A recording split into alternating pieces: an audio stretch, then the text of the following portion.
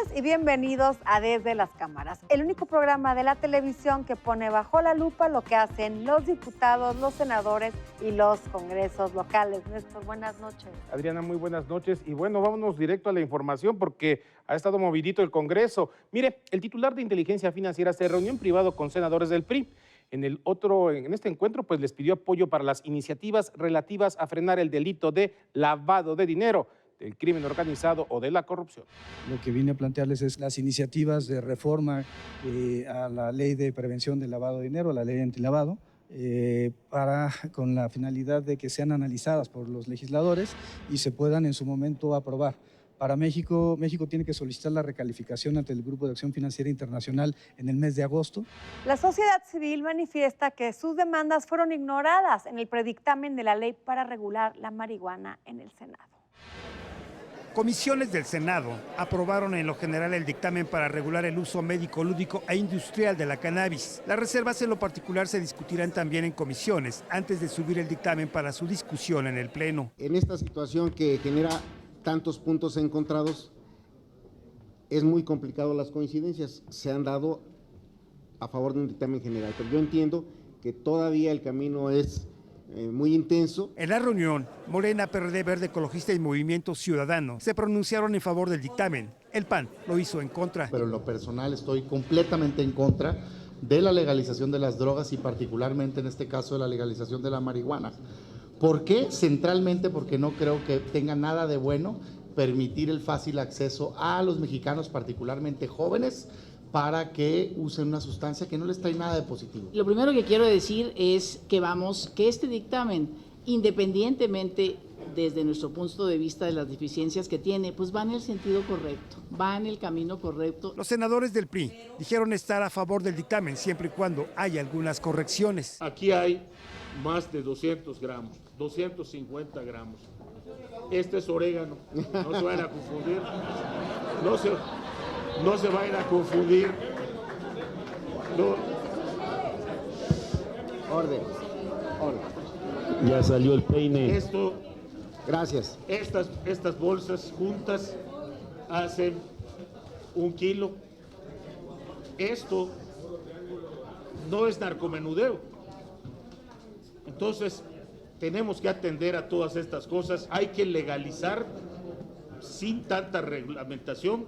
Hay que darle fuerza a los estados y hay que atender sobre todo los temas relacionados con la salud, que es el punto principal de este tema. La ley autoriza el uso del cannabis para fines lúdicos y recreativos en espacios privados, siempre y cuando no se encuentre presente algún menor de edad. Los menores de 18 años no tendrán acceso al cannabis para uso recreativo o lúdico. Quedará prohibido fumar o inhalar estos productos en todo establecimiento comercial con acceso público y donde esté prohibido el uso de tabaco. Tampoco podrá consumirse en lugares donde puedan acceder menores de edad, como centros comerciales, parques, estadios e instalaciones deportivas. Para el uso personal o autoconsumo de cannabis, se requerirá un permiso expedido por el instituto y su autocultivo se limitará a la cantidad de 4 plantas, las cuales deberán permanecer en el domicilio de quien la consume. La ley contempla 5 tipos de permisos: cultivo, transformación, venta, exportación e importación e investigación. Gerardo Segura, Azteca Noticias. ¿Y quiénes cree que son los primeros que se apuntan para comprar los cachitos de la rifa esta rara del valor del avión presidencial? Pues los diputados de Morena. Al que no guste que no compre cachitos. Nosotros sí vamos a comprar y dijimos hasta una cena. Se celebró el foro Los Grandes Retos en materia de salud auditiva de la diputada María de los Ángeles Ayala. Con la finalidad de reformar la legislación actual para garantizar los derechos de niños, niñas y adolescentes, se llevó a cabo en la Cámara de Diputados el foro Los Grandes Retos en materia de salud auditiva. El problema que hemos detectado desde hace ya varios años y venimos impulsando que se atienda es el tema de la detección temprana de la sordera infantil. Considerando que de 1 a 3 bebés por cada 1000 nacidos vivos presentan esa condición. Entonces quiere decir que de acuerdo a la tasa de natalidad de México, más o menos entre 2,000 y 6,000 niños por año nacen con problemas auditivos importantes.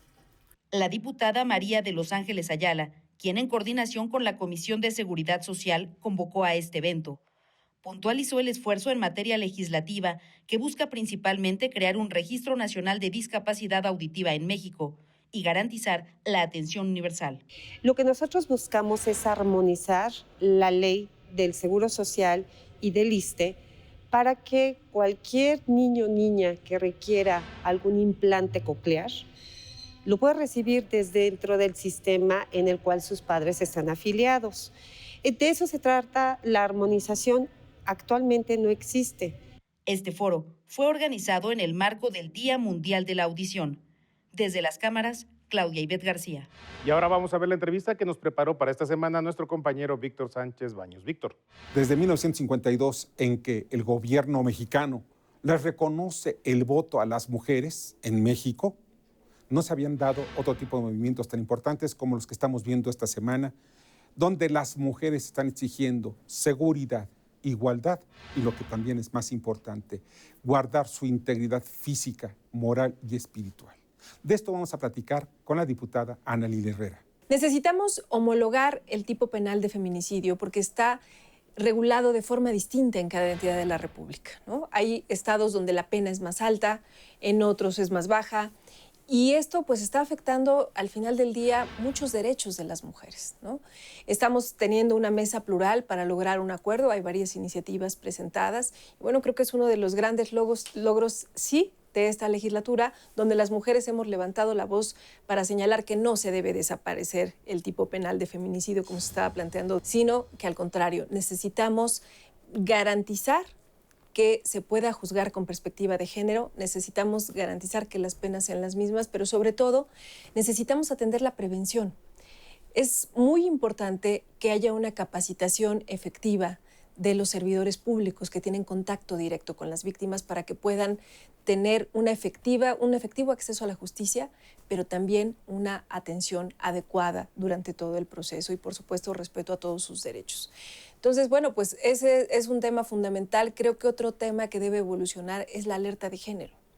En los municipios, pues no hay las capacitaciones adecuadas, no se están asignando recursos específicos y esto tiene que venir en cadena desde el gobierno federal, los gobiernos estatales y desde luego los gobiernos municipales, que son la instancia más cercana para la población. Mira, creo que el derecho a la vida, a vivir libres de violencia que tenemos las mujeres igual que los hombres, no puede ser una bandera política y lamentablemente esto ha ocurrido. Se tiene más miedo de ser señalado o de tener una alerta de género. Y creo que lo que tendríamos que ver es la oportunidad que representa para tomar medidas integrales y para poder prevenir todas las circunstancias que se conjugan en la sociedad para que esto pueda ocurrir, ¿no? Y esto, insisto, pasa por tener presupuestos específicos, garantizar y supervisar que se apliquen y una adecuada capacitación de los servidores públicos. Hay que decir, el término feminicidio que acuña Marcela Lagarde, a quien, por cierto, estamos proponiendo en el colectivo 50+1 para que sea preciada con la medalla Sor Juana Inés de la Cruz que otorga esta Cámara de Diputados. Marcela Lagarde acuñó el término de feminicidio, que es esta violencia hacia las mujeres por el simple hecho de ser mujeres, pero ojo, tiene un componente. El Estado mexicano es parte del problema. Por omisión, por falta de prevención, por falta de atención adecuada para garantizar el derecho de las mujeres pues, a la vida, nada más y nada menos. La sociedad tiene la obligación de defender a todos los miembros de la sociedad, fundamentalmente a los más vulnerables. Ante ello, es también fundamental que las leyes, por una parte, la sociedad en las escuelas y toda la estructura de la comunidad se vuelque en favor de los intereses de toda la comunidad y fundamentalmente de los grupos más vulnerables. Las mujeres son uno de ellos y no solamente tenemos que reconocerlo porque no somos quienes para reconocerlo, sino tenemos que fortalecer todas aquellas actividades en donde las mujeres puedan desarrollarse armónicamente, sin presiones, sin agresividad y sobre todo sin violencia. Gracias, Víctor. Y ahora vamos con nuestra experta en temas financieros, por supuesto, con Alicia Salgado. Hola, muchachos, ¿cómo están? Qué gusto de saludarles. A finales de febrero llegó una iniciativa a la Cámara de Senadores que además suscribieron podríamos decir, el 40 o 50% de los senadores de Morena, y fue presentada por varios subsecretarios, el de Agricultura, el de Normatividad de la Secretaría de Medio Ambiente, también el secretario de Economía, en fin, o sea, subsecretario de Economía. En fin, había como un gran respaldo a esta iniciativa para reformar el artículo 27 constitucional y particularmente emitir una nueva ley de aguas. Cada sexenio, hasta donde yo recuerde, les he comentado a ustedes esta intención permanente de reforma a la Ley de Aguas Nacionales, y el sexenio pasado en particular se dio una muy fuerte crítica de la oposición, ahora morenista, en el poder, por la cantidad de concesiones que se otorgaron a industria privada, sobre todo, y también en áreas de extensión agrícola. El 75%, 73% del agua que se usa en México, agua potable, tiene uso agrícola, y la mayor parte de ella, mira que lo voy a subrayar, es extraída a través de pozos irregulares y particularmente por quienes se dicen representantes ejidales. La mayor parte de esas tierras son las que extraen los pozos de agua, los secan y difícilmente se hace un trabajo evidente de administración de los distritos agrícolas. Hay muy pocos distritos agrícolas eficientes en México. La ley de aguas que le comento es una ley prohibicionista. Es impresionante la decisión que han tomado, porque entre otras cosas dice que no habrá concesiones de agua para la industria minera. En el caso de la industria eléctrica deberá utilizar agua reusada en todo momento y deberá requerir todos los permisos indígenas y también de los grupos sociales para poder establecer cualquier tipo de planta, sea geotérmica, sea hidráulica o inclusive termoeléctrica, para facilitar la reducción de vapores de agua. Estas condiciones hablan también de reducir el número de años de las concesiones cuando se entreguen para usos industriales, que no podrían ser de más de 10 años y en condiciones especiales no más de 2 años. Y que la Comisión Nacional de Aguas tendría la posibilidad de revocar estas concesiones tan fácil como las que hoy tienes vigentes. O sea, desde ahí empezaría el problema. Escuchaba el martes pasado a Alfonso Romo y al secretario de Hacienda hablar de la necesidad de promover el crecimiento económico y particularmente dotar de certidumbre a la inversión privada para poder impulsar ese crecimiento y también el acreditamiento de sectores productivos. Y si me dicen hoy por hoy, ¿ustedes creen que con este tipo de iniciativas, que son leyes emanadas sin consulta, cree imposible, por ejemplo, que la actividad minera o la actividad industrial podría desarrollarse con facilidad, o los proyectos de energía geotérmica podrían desarrollarse con facilidad? Pues no, porque finalmente lo que están haciendo, insisto, es emitir un ordenamiento prohibicionista y no necesariamente un ordenamiento que facilite el reuso del agua potable, la sustentabilidad y la mejora de los distritos agrícolas en México, y mucho menos el reaprovechamiento del agua de drenaje en las zonas urbanas del país. ¿Cómo la ven? Yo pongo este tema bajo la lupa desde la Cámara de Senadores. Y ahora vamos a un corte comercial y no se vaya, porque estará con nosotros el senador Mauricio Curi, quien es el coordinador de los senadores del PAN y nos va a platicar sobre su agenda legislativa. No se vaya, volvemos pronto desde las cámaras.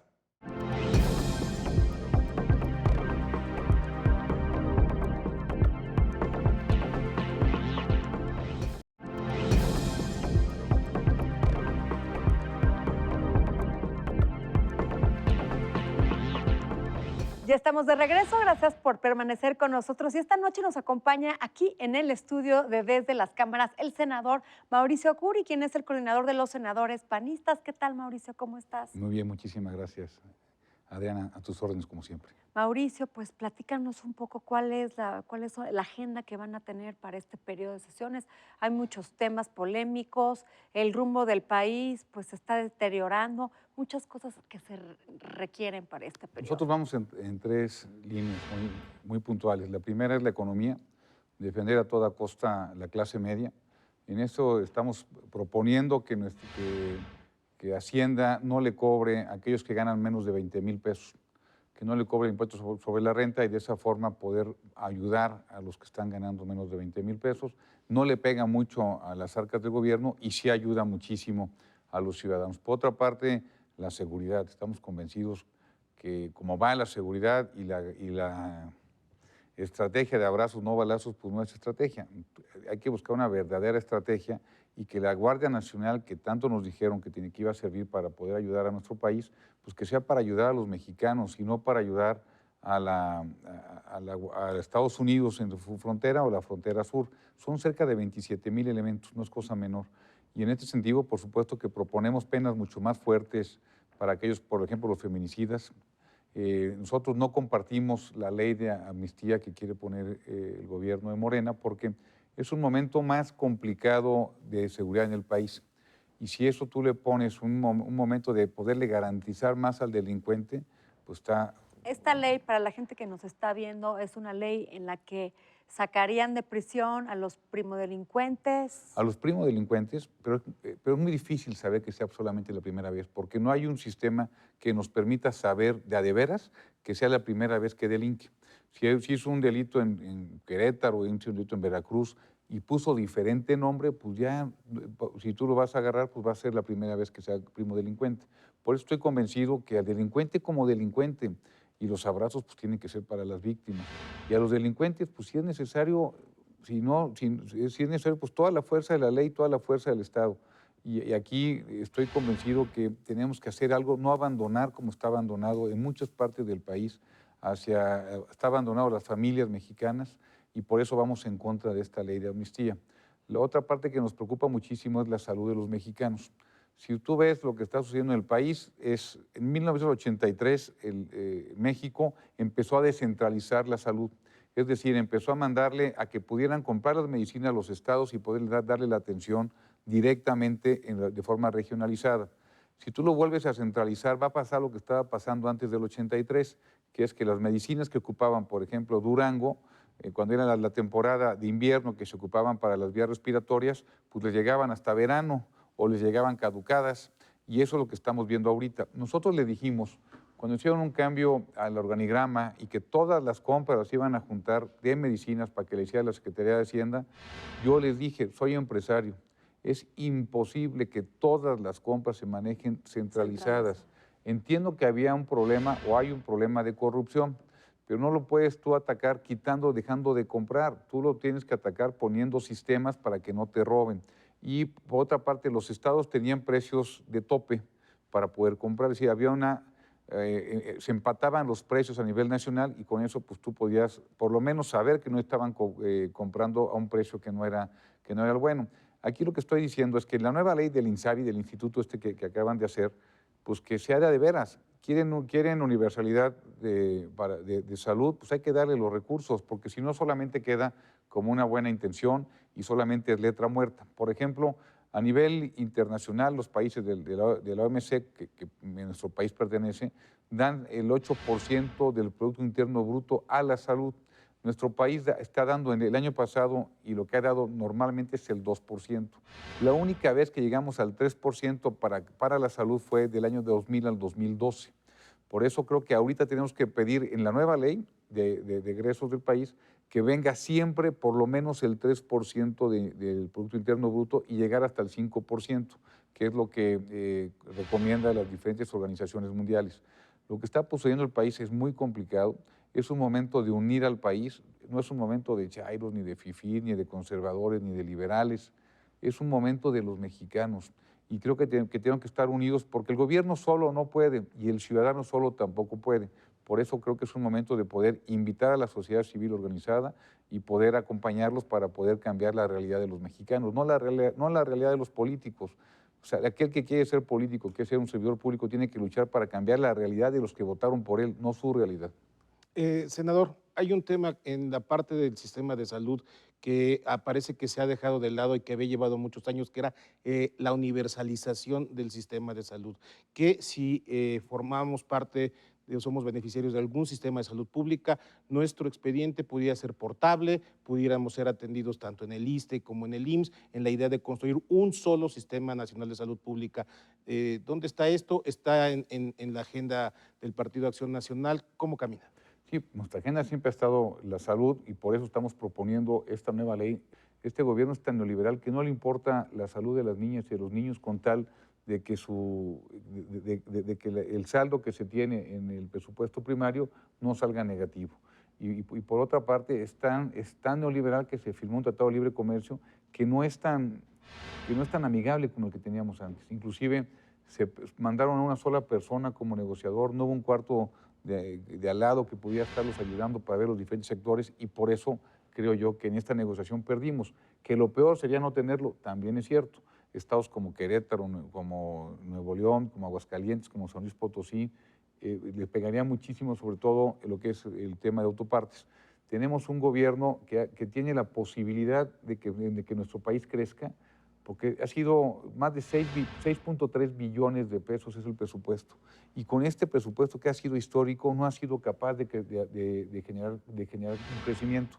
Lo que a mí me preocupa mucho es que no podemos repartir pobreza, tenemos que generar la riqueza y no podemos estar separando a los empresarios de la clase trabajadora, tenemos que jalar todos juntos. Cuando veo que quitaron al Instituto Nacional del Emprendedor y que son aquellos muchachos que van saliendo para poder poner un negocio, no hemos entendido que nuestro país no necesita 1 millón de empleos al año, lo que nuestro país necesita es 1 millón de empresarios al año y nos mandaron a competir con Estados Unidos y con Canadá y estamos en estado de indefensión porque tenemos menos posibilidades, porque no tenemos recursos, los créditos bancarios son muy caros y no hay certidumbre en el país. Es decir, nuestro país está pasando graves problemas y aquí a lo que le tenemos que apostar es al ciudadano, de lo local hacia lo nacional. Esto no se barre de arriba para abajo, esto es exactamente al revés. Tiene que venir desde los ciudadanos para ponerse de acuerdo, desde su colonia, desde su cuadra, para que sepan quiénes son sus regidores, sus diputados federales, sus diputados locales, que les empiecen a exigir a sus presidentes municipales y hacia arriba poder hacer esta presión. Senador, en la parte política y en la parte judicial, al Senado le tocan nuevos nombramientos importantes en el Poder Judicial. ¿El PAN qué posición tiene a ese respecto? Porque pues ha sido muy polémico los nombramientos que se han hecho pues en esta legislatura. No, lo que pasó en la CNDH fue terrible. Todos lo vimos, se robaron votos y nos hicieron trampa porque la persona que está ahí no tenía la idoneidad para poder ser parte de ser la ombudsperson que tiene que estar en la CNDH. Y todos lo vimos. Sí hay un avasallamiento por parte de Morena que no dialoga, que embate, y lo vimos ese día. Por eso desde el PAN estamos conscientes que tenemos que ser la parte, no solamente la oposición, tenemos que ser la opción que los mexicanos están esperando. Y por eso defendimos fuertemente la CNDH, estamos defendiendo fuertemente al INE y vamos a defender, por supuesto, esta nueva ley que se va a mandar para el Poder Judicial. Esto se va a ver en los siguientes días, vienen con temas muy, muy importantes, viene lo de la marihuana que se va a estar viendo en los próximos días, vienen nombramientos importantes como el del IFT, vienen nombramientos también algunos magistrados electorales, y hay que ser muy responsables. Y mira, yo soy relativamente nuevo en la política, y cuando tú pones al centro de la negociación pues, a los mexicanos, todo puede salir bien. Lo vi cuando hicimos la Guardia Nacional, que pusimos al centro pues, al ciudadano, como todo lo que podíamos ver, y por eso nos funcionó bien. Fuimos en contra de la revocación de mandato que fue en el 21, y por supuesto que se dio y dimos la batalla. Y no nos vamos a echar para abajo. Vienen momentos complicados, el 2021 está a la vuelta de la esquina, y yo creo que tenemos todavía la posibilidad de cambiar de rumbo. Todos vimos que las preferencias hacia Morena bajaron, y yo creo que es un buen momento para que Morena se dé cuenta que tiene que rectificar, que no solamente lo dice la oposición, sino lo dice el contrapeso, y el contrapeso no soy yo, el contrapeso son ustedes como medios de comunicación, y el contrapeso son los ciudadanos que salen a las calles a manifestarse, y los que le están diciendo a Morena, señores, no vamos por el camino correcto, vamos en sentido contrario. Senador, pues temas muy interesantes y espero que se logren aprobar. Se nos acabó el tiempo del programa. Gracias por estar con nosotros esta noche, senador. Al contrario, muchas gracias. Mauricio Curi, coordinador de los senadores del PAN. Y ustedes no dejen de vernos próximo jueves, 11:30 de la noche, en el único programa que pone bajo la lupa, Néstor. todo lo que hace el Poder Legislativo, la Cámara de Diputados, la Cámara de Senadores y los congresos locales. Desde las cámaras nos vemos el próximo jueves. Buenas noches.